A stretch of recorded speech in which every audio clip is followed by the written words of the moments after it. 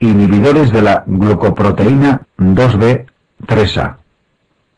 Los tres inhibidores por vía intravenosa de la glucoproteína 2B3A, es decir, abciximab, anticuerpo monoclonal, tirofiban, péptido sintético, y eptifibatide, extraído del veneno de una serpiente, son fármacos antiagregantes por impedir la acción de dicho receptor, imprescindible para agregar las plaquetas empleando como puente el fibrinógeno. Existen otros preparados por vía oral que no se emplean por alto riesgo de hemorragia.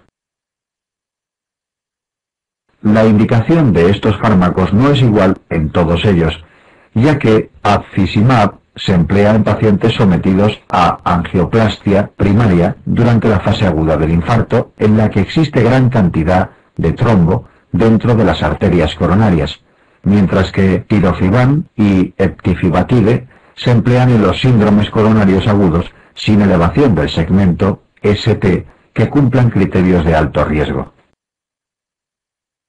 Betabloqueantes. Fármacos.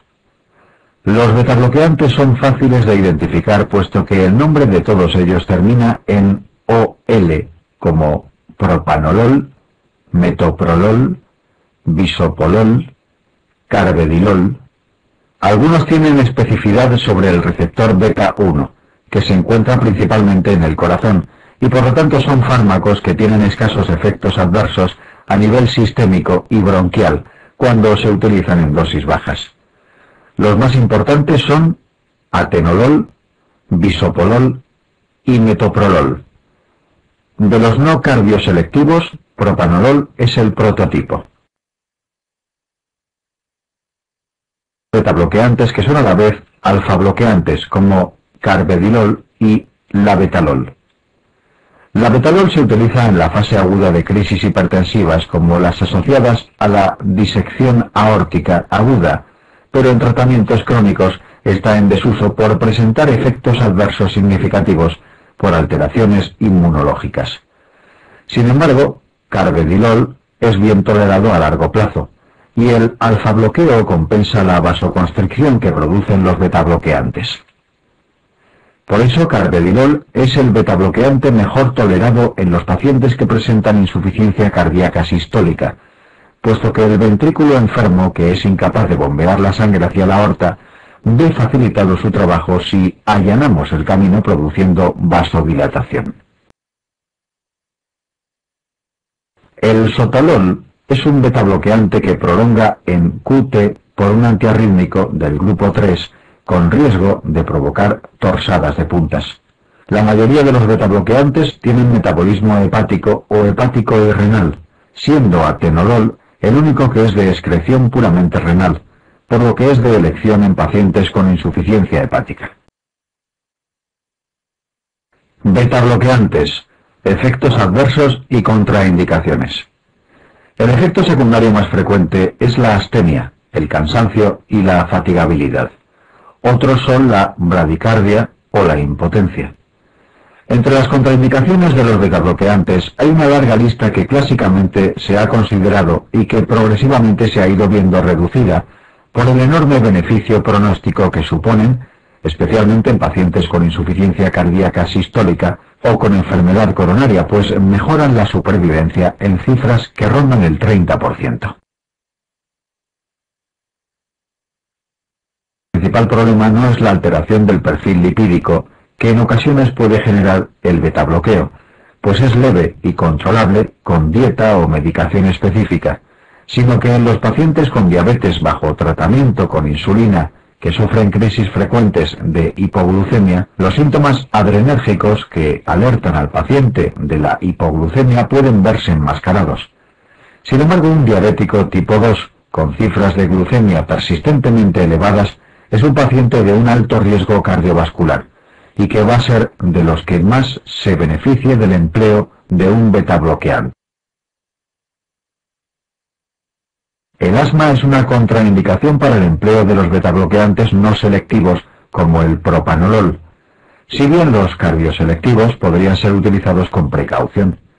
Lógicamente, si se trata de un asma grave, la contraindicación es absoluta, pero si es un asma estacional, polínica leve, merece la pena intentar su empleo valorando cuidadosamente la tolerancia al fármaco. El EPOC, al ser una obstrucción fija al flujo aéreo, no es una contraindicación para el empleo de los betabloqueantes, salvo que la hiperreactividad bronquial forme una parte importante del cuadro de dificultad respiratoria. Betabloqueantes. Contraindicaciones 2. En la claudicación intermitente, los betabloqueantes clásicos no selectivos, que son vasoconstrictores, pueden empeorar los síntomas, pero carvedilol, que es vasodilatador, puede obviar este empeoramiento. Función sistólica. Hasta hace unos pocos años estaba contraindicado el empleo de betabloqueantes por ser inotropos negativos y poder desencadenar un cuadro de insuficiencia cardíaca aguda. Sin embargo, hoy día, dado que en estos pacientes los betabloqueantes tienen múltiples efectos beneficiosos como el antiarrítmico, la disminución del riesgo de muerte súbita, la disminución del consumo miocárdico de oxígeno, el aumento de la capacidad de ejercicio, etc., son fármacos indicados para su tratamiento. Emplearlo es a dosis muy pequeñas crecientes poco a poco, vigilando con frecuencia la presencia de efectos adversos, hasta llegar a la dosis máxima que el paciente tolere, que podemos detectar por un empeoramiento en su clase funcional o aparición de síntomas que previamente no tenía. En el momento en que el paciente sufre una descompensación aguda, estará indicado suspender el fármaco betabloqueante e incluso en ocasiones dar su antagonista, un betaestimulante como la dobutamina, y una vez superado el cuadro agudo, comenzar de nuevo con dosis pequeñas de betabloqueante para ir subiendo poco a poco hasta la dosis máxima tolerada. Nitratos. Los nitratos como la nitroglicerina, el dinitrato de isosorbide o la molsidomina, que sin ser un verdadero nitrato tiene un mecanismo de acción similar, son fármacos que actúan proporcionando óxido nítrico al endotelio y por tanto produciendo vasodilatación, predominantemente venosa. La transformación del nitrato en óxido nítrico precisa de cofactores a nivel celular como grupos sulfidrilo, tal que al agotar los depósitos celulares del mismo, aunque sigamos añadiendo fármaco, no se transforma en óxido nítrico y deja de ser eficaz. Este es uno de los mecanismos propuestos para explicar el fenómeno de tolerancia a los nitratos y obliga a descansar varias horas al día de la aplicación del fármaco. El mecanismo de acción antianginoso es la vasodilatación preferentemente venosa, que produce disminución de precarga y consecuente disminución de demandas miocárdicas de oxígeno.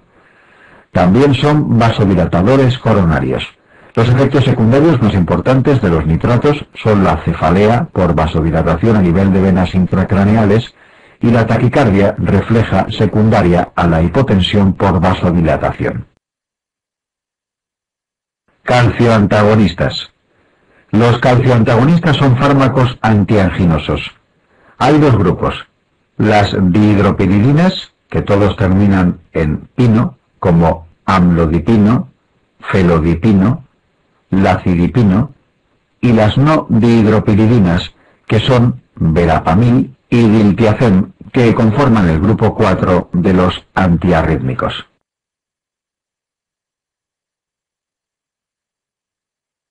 Entre estos dos grupos estriban en que las dihidropiridinas tienen escaso efecto sobre el corazón, mientras que las no dihidropiridinas sí lo tienen. De esta forma, verapamil y diltiazem son inotropos y cronotropos negativos, por lo que están contraindicados tanto en situaciones de insuficiencia cardíaca por fallo sistólico como en situaciones de bradicardia importante, por el riesgo de desencadenar un edema agudo de pulmón o bien una bradicardia grave. Sin embargo, las dihidropiridinas tienen un efecto inotropo negativo muy leve, especialmente amlodipino, y un efecto cronotropo generalmente positivo, no por sí mismo, sino secundario a la taquicardia refleja que producen por la vasodilatación. comparten otros efectos secundarios, destacando la cefalea por vasodilatación intracraneal, la aparición de edemas en miembros inferiores o la producción de estreñimiento provocado por la dilatación del músculo liso del tracto gastrointestinal.